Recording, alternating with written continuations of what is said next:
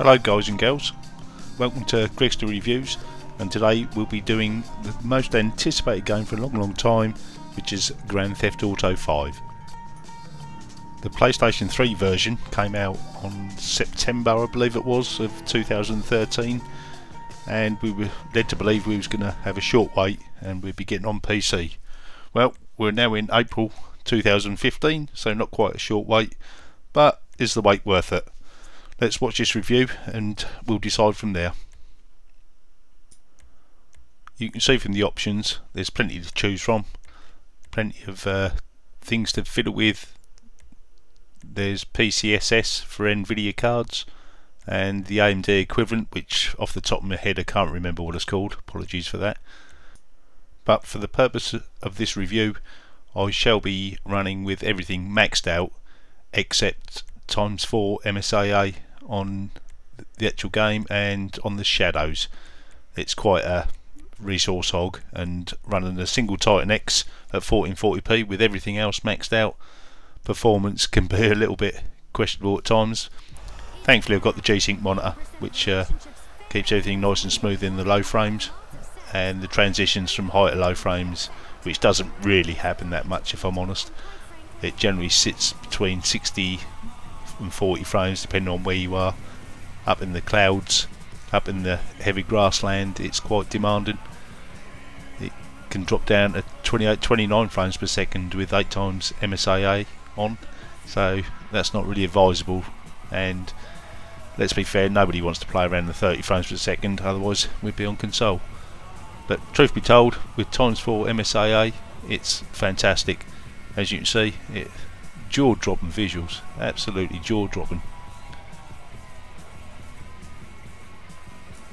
I shall quickly run through the spec of my computer, which is a 3930K at 4.4, 16GB of Vexia memory, a Asus Rampage 4 Formula motherboard, a single Titan X as you well know, and the Asus ROG Swift monitor. All that's powered by a EVGA G2 1300 watt PSU. And I must apologise, it's going to be a bit of a quick review because I've got a pack as I'm going to Cambridge tomorrow to support Team Great Britain in liquid nitrogen overclocking, going for some world records. There'll be a good turnout there, and I don't really want to miss it. I should be doing some interviews as well, so look to my channel if you want to see the likes of 8-Pack and High Vis Man being interviewed. They should be on there.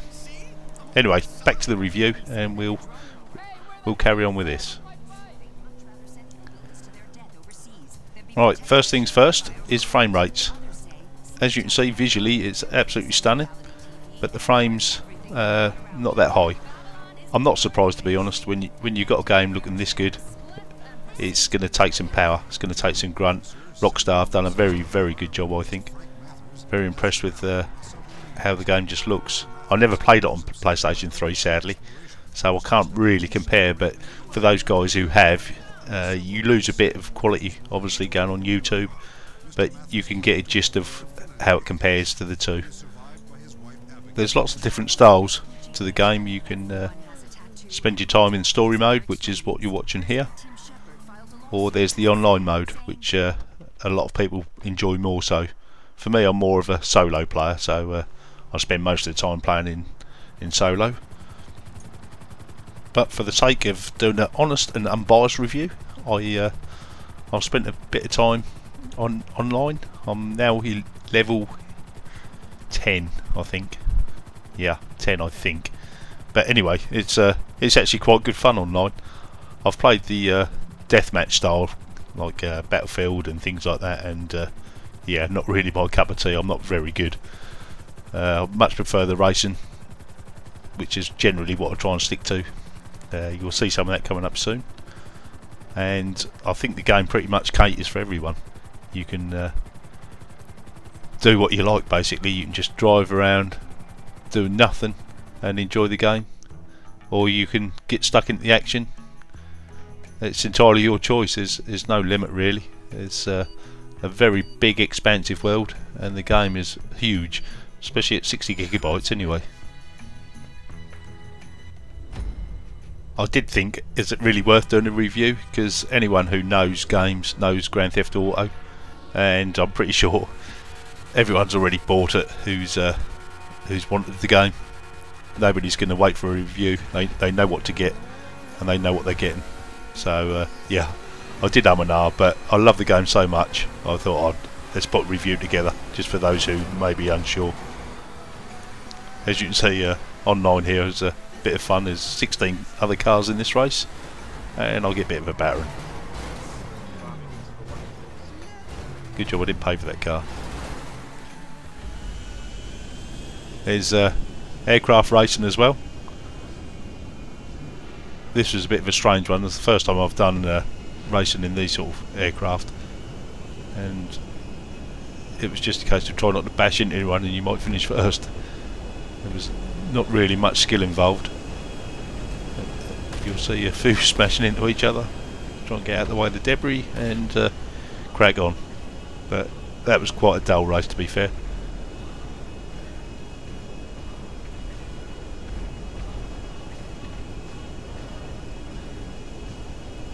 And there's bike racing, there's boat racing, there's push bike racing, there's jet ski racing.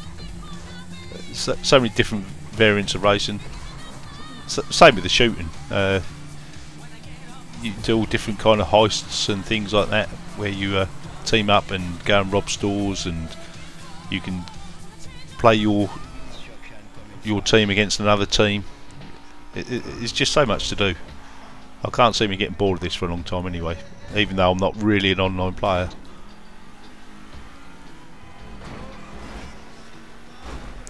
Anyway, that really sums up my review.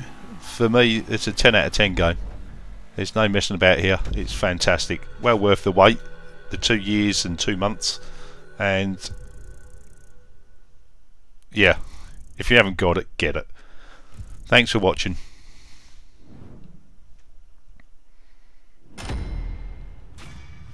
Lol.